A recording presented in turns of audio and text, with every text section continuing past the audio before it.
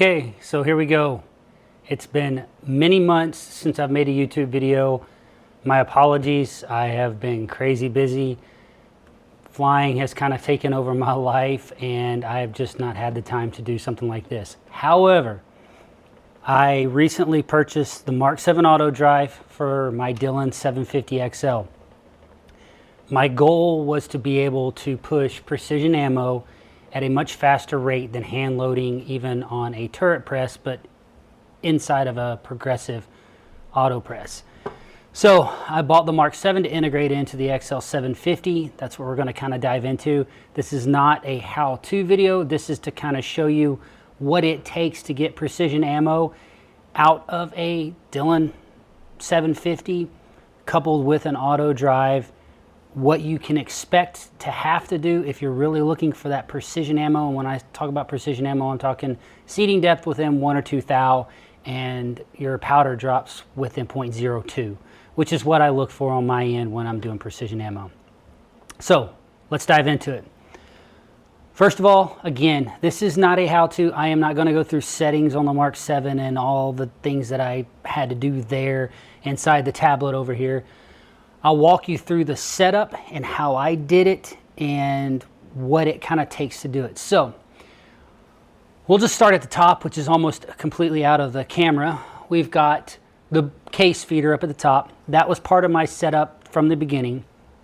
I bought the AutoDrive, put it all together, set it up on my bench, and immediately figured out that I was going to need a bullet feeder, which is right here.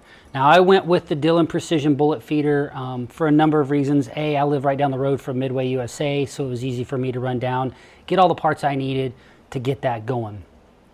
And B, I'm kind of OCD, so the blue worked with everything else is blue, barring my bullet catch here. So go out, get the bullet feeder, set it up. I actually bought it right before I started running some 22 GT ammo for a 22 GT I built. It was actually mine, and I had 1,000 rounds to run, and I was like, hey, rather than having to use my shoulder over 1,000 times by the time it's all said and done, by the time you decap, reprime, resize, clean, all the steps that it takes, I figure you're handling the brass 3 or 4 times by the time it's all said and done. So that could potentially take out up to 4,000 strokes on my shoulder, and that's what I wanted to do. So I did a little bit of research, thought I knew what I was getting myself into, and I'm pretty established reloading. The progressive press is not for the beginner, and adding the auto part with the Mark 7 reloading auto drive is a whole nother level. And that's something I want to mention. If you have never reloaded and you have never ran a single stage press, turret, or just a single die, either way, this is not what you want to start with. This is way beyond what most people need and the average reloader needs, for sure. And I will even include that to the guy or gal that's out there reloading for their precision rifle. If I didn't do what I do in my shop, there's no way I could justify having a setup like this. And that being said, it took quite a bit of effort to get this thing to run. Now, I know you'll go on Dillon Precision and they'll say, okay, you can buy this cartridge, you can buy this setup, and you know everything's going to run correctly. I promise you, I wish it was that simple, and it's just not. Bullet feeder comes, got this going. All right, well, I already have my primer sensor. The AutoDrive came with a decapping sensor, which I haven't had to use yet because I just haven't had a bunch of rounds to decap yet, which I intend on doing with this unit. I've got a bullet check up here, which is from Mark 7. I've had that for a number of years and used this press when I just had it with a handle. The bullet feeder was new, and the bullet drop tube, and then I've just got a seating die in the back. So the way I set it up, I am not resizing and then trying to load around. I have already done my prep on my brass. It is ready to load by the time I dump it in the hopper for the brass up here. My bullets are loaded in. I've got 100 bullets. I've got 100 pieces of brass. I load my primer feeder with 100 rounds, so I can do 100 at a time. I'm not sure if it's hard to see or not, but I think you can see this funnel right here. I think I got this off eBay or Amazon. and it connects to what would be a traditional hopper feeder for Dillon's. This is their powder feeder. This arm connects to an apparatus that's not in here right now because I'm not using any of it, but this is what you would traditionally run with Dillon and their powder feeder. The problem with that, and this is probably a great place to start with this, is that this is only capable of dropping powder. From my experience, and some of you may have tuned it better, I promise you I've tried everything that's out there on the internet. I wish I could get it to feed better, but within a half a grain. So that's 0.5 of a grain. You can get a Dillon powder dropper to drop that and be within a grain, a 0.5 within whatever you set. So let's just say you set 30 grains of Varget. You might be 30.5 grains of Varget, or you might be 29.5 grains of Varget. There's that 1 grain dispersion, if you will. And with my precision loading, especially on my GT, I just can't stand for that. So I saw another well-known internet YouTuber that had just said, well, I'm going to forgo the Dillon powder dropper and just use my auto trickler. Now I have the auto trickler V4. I'm very happy with this unit. I know the super tricklers out there, that's something I'm looking into. I just haven't had to do it because this is kind of like my old reliable now. So my slow down point, my choke point in this whole process is how fast can I dispense powder with my auto trickler. And I can tell you I've gotten it down pretty fast, especially using it with this. Playing with different settings and different adjust heights on the feet. Really, that's part of what you have to know how to do with this unit if you're going to do this. So I figure out real quick that I'm going to have to hand feed powder. Now, anybody that's ever ran this knows that you can load this to 0.02 grains of powder with a deviation of 0.04, probably 0.2 either way you go. So I'm really happy with this. I integrated it with that. Okay, great. Now I've got my brass dropping, primes it for me. All I have to do is worry about the powder. Before I bought my bullet drop, I thought that I would be quick enough to add powder, drop a bullet, and I could do that. Not happening. There's just not enough time, and you need to be paying attention to all these things as it's happening, because it's real easy to drop powder when there's no cartridge there. Ask me how I know. It's real easy to not have a bullet feed correctly, and that's something I'm going to talk about here in just a second. But so we add powder, we drop a brass, put it in, it moves over station, gets primed, it comes up, I'm dropping my powder, it drops back down, comes over to the next station, and then I set this guy up, this Mark 7 powder checker. Depending on what brass you're using, how big a cartridge, you set it up with their system. And it basically just makes sure that you didn't miss dropping powder into something. I just like that tactile feel of knowing that something else is checking to make sure that I didn't miss something. So we've got our primer in, we've dropped our powder, this checks it. Now it comes over to the bullet loading station. And basically when the case goes up, it's kind of like the powder dispenser. It pushes a rod up and it pushes it past 2 little ball bearings, and the bullet's capable of dropping down into the case. And it just rests on there as if you had a placed bullet there when you were reloading. So it's just resting there. Now the next rotation brings it around to the seating die, it goes up, gets seated, and it kicks it out. Now, I custom made, and when I say custom made, I just put some foam in there with a little piece of tape, because they're dropping out 1, sometimes 2 at a time, depending on how fast I'm moving, and I am checking each piece of brass as I am pulling them off of the press, just because I want to make sure I didn't miss something. I always check the first run of a batch of bullets. Also, if you change the settings inside the Reloader 7, I've found that the stroke on the arm and the base of the XL750 can actually not come up as high or as low in certain modes. So that took a little bit of learning too. So I'm constantly checking to make sure I don't have a real high deviation of seat depth. So those are things I'm always looking out for. And again, I got within 1 or 2 thou either direction of seat depth and 0.02 on my powder. So I'm punching out precision ammo, and the Reloader 7 will actually keep tabs of how fast you're moving through your brass and how fast you're reloading. And I can tell you that I run anywhere from 180 to 220 rounds per hour with this system. So it's actually considerably faster than hand loading.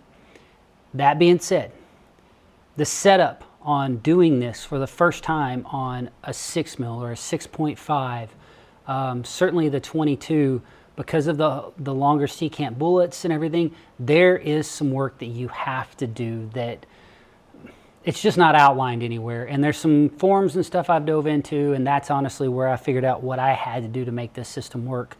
And that's kind of what I wanted to talk about. So I've got everything running, I'm punching out the bullets, everything's great. To get to that point, had I not had a mill and a lathe, I'm not sure that I would have been able to get this system going. So that's the caveat. You don't need the setup that I have. You don't need a big old lathe like what's behind me. You don't need a mill like what's sitting over there. But you do need some form of, like, I'll say, you know, Grizzly Industrial lathe mill combination. Just a bench mill lathe combination. I've seen those advertised, and I mean, they're a couple of $1,000s still, but I feel like that's almost a necessity to get this stuff running properly. The reason I say that, this is my 6 mil adapter for the Lee dropper, and I use the Lee dropper on 6 mil and smaller. It goes on here and then it attaches to this blue feed tube, and this goes up in the tube because with the higher secant bullets, as they come down, the bolt tail can slide down when it comes through this spring and actually lodge itself, and then they just jam in the tube if that tube's too big. So I make my own drop tube, and then I actually made some other pieces to go inside there. These 3 pieces now on my 7 mil, this is just a little slot, and then this goes on the top, and it actually looks something like that inside there. The last one I made, I did the 7 mil for the same thing because the 308 will not feed the 7 mil. Important to know. Same with the 6.5, same with the 6. And there's even some problems with the 22 that I figured out. But I had to make these out of aluminum. And like I said, I used the Lee drop on anything 6.5 and smaller, I believe. And then I have a 308 Dillon drop that I use on 7 mil, and I just got done doing that, 7 mil and 308. And I have a tube in here that's a 1-piece tube after my first design. Same scenario here. So yeah, a little bit of labor to get this system to set up to run like that. Now, once you spend a couple of hours getting that set up and ready to run, now you can make your time up. It's easy to come downstairs and, you know, in 20, 25 minutes, I've ran 100. So for me, that's pretty huge to get that in my shop and just be able to run 100 real quick. All right, that's the first 100 of 1,000. I will tell you that if you have a 750 progressive, or any progressive for that matter, and you are not planning on running at least 500 rounds, the AutoDrive, even if you buy it, probably isn't worth the setup because you have a lot of time trying to get everything ready to go calibrated. Now, once you do, you can roll on with it, and that's great. Again, buying components and just thinking you're going to put this together and it's going to work right out of the gate and work perfectly. Maybe for you it will. It certainly did not for me. Like I said, I had a lot of challenges, but once I got it there, it worked great. I have not ran the AutoDrive with a powder dispenser. I tried it initially and realized I just wasn't going to get what I wanted for precision out of it. I'm actually excited to do it on my 40, my 9 mil, my 5.56, and my 308, and I've got, my blackout, my 300 blackout. I'm excited. Those are the ones that I have. All these are set up, ready to go. I've got the dies set up, and I will do that. I just haven't had to yet, and I haven't had a chance to yet. I've just used the Dillon for precision. And I really wanted to talk people through what it would take. Like I said, there's a lot of settings in this that I'm not going to dive into that. Maybe if there's enough interest, I'll show you how I have mine set up.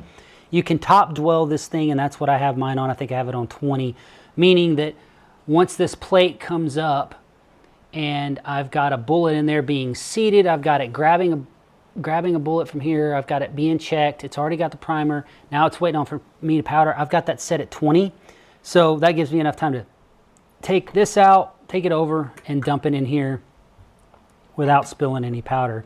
And it worked it worked great once I got it set up, but there was definitely a learning curve to that. I love the system. I love the AutoDrive. I love the 750 integrated with the AutoDrive, the bullet feeder. Quite honestly, I wish I'd have got the bullet feeder for the 750 long before I got the AutoDrive. It just makes life so much more simple. I left the bullet tray on here and mounted it to the AutoDrive just because it's kind of handy to be able to put tools or a mirror or whatever.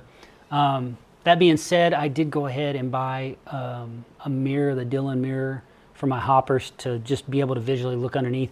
And as you can see, this is a tall apparatus. The one thing I did not account for is all of my benches are built for me to have my hands kind of right in front of me. And I don't have a measuring tape right now or tell you how tall they are, but you can kind of see it's belt buckle height. All of my benches in my shop are this height. And mounting the AutoDrive on top of that, it put my hopper, I mean, I can still dump brass in here, but my fingertips just barely clear this, and I'm 6 foot. So something to think about in your shop as you're going through this is the height. Had I known I was going to be doing this, maybe I would have adjusted my height for this specific bench a little bit differently, but it works. I like everything being eye level. For the most, it's a little lower, but for eye level for this, I'm really able kind of to see what's going on. So that does work. And even if I want to sit down on my stool while this is running, it's still eye level for me. So that part of it's kind of nice. I have a lot of aftermarket features on the Dillon 750 itself before I started. I've got a disconnect here. I've played with a lot of little bitty things. The primer check, this thing is great because I know on certain calibers, I've got it written down. And when this thing goes off, I know that if I shut my hopper feeder off, I've got so many pieces of brass and then I'm going to be out of primers. A lot of little nuances. And again, I want to reiterate, this is not, let me say it this way. This was not a machine for me as a first machine. Maybe there's somebody out there that's quite a bit more experienced with this type of apparatus, maybe an engineer or something that can handle running this, but there's a lot going on. And if you're worried about what's happening procedurally versus what's happening with the machine and how to set it up, you're probably going to find yourself getting really frustrated very, very fast. Like I said, I did a lot of research prior to doing this. And even for me, I was like, all right, well, I'll get an AutoDrive, plug it in. And I knew it was going to be a little bit of a setup, but I promise you the first day that I spent with this machine, and I knew it was going to take this, getting it set up, getting it running the way I wanted it to. The first day, after the first day, I really was like, wow, maybe I truly made the wrong decision, because in a day, if I'd have spent that at my bench on my turret press, just reloading my Area 419 turret press, how much ammo could I have reloaded? But I would have spent all day. And this machine, once it's rolling, it's the cat's meow, I'm not going to lie. Now, I love Dillon. I've had this for quite a little while. I will say the guys at Mark 7 Reloading, their customer service is pretty good. There's some folks there that really kind of helped me out with this. If I had to do it over again, I'm being quite honest, I would go back to, I would never have got the Dillon. I would have started with the Mark 7 auto system. I believe it's somewhere around $5,000, which obviously isn't cheap. I already had the 750, so I rolled with it. Not to knock Dillon, it's just their system is all encompassing, and that's the way I would have gone, because then I wouldn't have had to try to integrate the Mark 7 stuff into my system. Again, the auto trickler works great for me. I'm looking actually into getting a super trickler. I'll probably keep this as a backup just to have on hand, because it's been such a great powder dispenser for me. And, you know, I'll leave it to this guy right here when I'm doing bulk ammo that isn't super, super critical. I brought these 3 cartridges out here because these are 3 that I've loaded over 1,000 rounds on each of these. I think I've already pumped out like 5,000 rounds with this thing, and I've had it for less than a month already. I've talked about this guy. I will say this is the Lee powder bullet dropper. These are the parts that I had to custom make. You will need to make sure this is the part that goes into the powder dropper here, that hooks up to this cup. You will have to have a caliber either very, very similar, or at least the same neck diameter with the same shoulder degree to fill up out of one of these. Same as what goes inside here. This is actually would sit down inside of here. And in a powder dispenser, but with this, it's the same scenario. It's just, it raises this powder drop up a little bit, and you have to have this. So this is one thing that's pretty caliber specific. I've got tubes for each one of these. Of the 308 comes standard, that's what's in there. Then to go to 7 mil, 6.5, 6. They make a 2.2, but I found that I can make the Lee one work for me for 2.2 caliber. So we got the 6 GT. I reloaded 1,000 rounds of 6 GT with it, and the standard deviations were single. ESs and SDs were singles. I did 1,000 rounds of 22 Creedmoor, same story. And the latest, actually, the die is actually still in here, the cedar die for the 7 Psalm. Same story. Worked great. Again, it had to have a different tube for this. I had to modify this guy, which I'm not sure that I was supposed to have, and I don't even know what Dillon calls this. And then they have a different apparatus for going to the Ultra Mags so that it functions correctly and drops out. Again, all parts you have to buy to make sure they work, and even then, buying it, had I not had a lathe, this part of the case drop, this little black piece right here, was not actually big enough on the inside to drop a 7 Psalm case. But now, modifying all that, I can actually go all the way up to a 338 Lapua reloading out of this guy, which that makes me pretty happy because I do have a lot of large cases, and I've got a feeling it's going to run my 7mm rim mag better now. So all that to say, complicated machine, complicated for me. How about that? I fly airplanes for a living, which they send a monkey to space, so what can I say there? But a lot of fun at the same time, a lot of headache. I've got it where I think I've kind of got it figured out. Works phenomenal once you get rolling with it. Again, I was getting 222, I said 220, but I actually got to 222 because I was kind of paying attention to it, rounds per hour. And you can go through 1,000 rounds. Once your brass is prepped, you still got to go through that whole same process. But 222 rounds per hour really wasn't bad. And again, my choke, my funnel was all about, my bottleneck was all about the powder feed, because I have to put this on there and single feed it from this system. Again, I'm not going to show you any settings in there, but there's a button that you can just do a single feed button, and it makes one stroke and comes back down.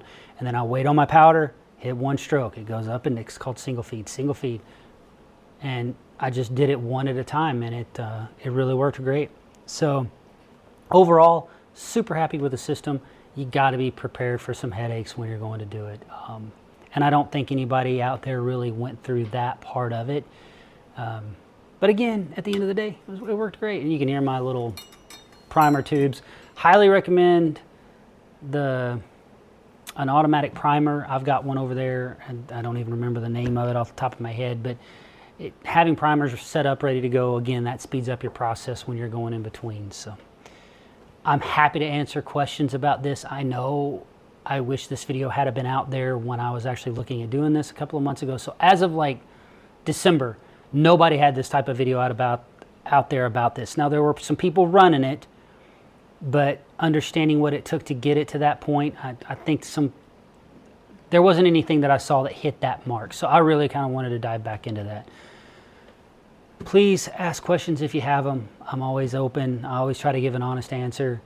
I'm not going to knock anybody or any brand or anything like that. It's just, this is what my experience was, and that's all I can kind of speak to. So I hope you enjoy it. If you do decide to go down this route, it's a lot of fun, and it will save you a lot of time at the end of the day if you're going to reload 1,000+ rounds. And I wouldn't attempt this again. 500 rounds or less, just do it on your single feed. No problem. If you have a progressive, don't worry about the AutoDrive. You start getting past that, man, I'm getting a little bit older. This saves having to pull that handle down that many times. So I really hope this video helps someone. If it just helps one person, I'm happy with that, because it'll maybe save you some struggle that I had. If not, oh well. Like I said, if you have any questions, please send them. I'll answer them to the best of my ability. Take care, y'all.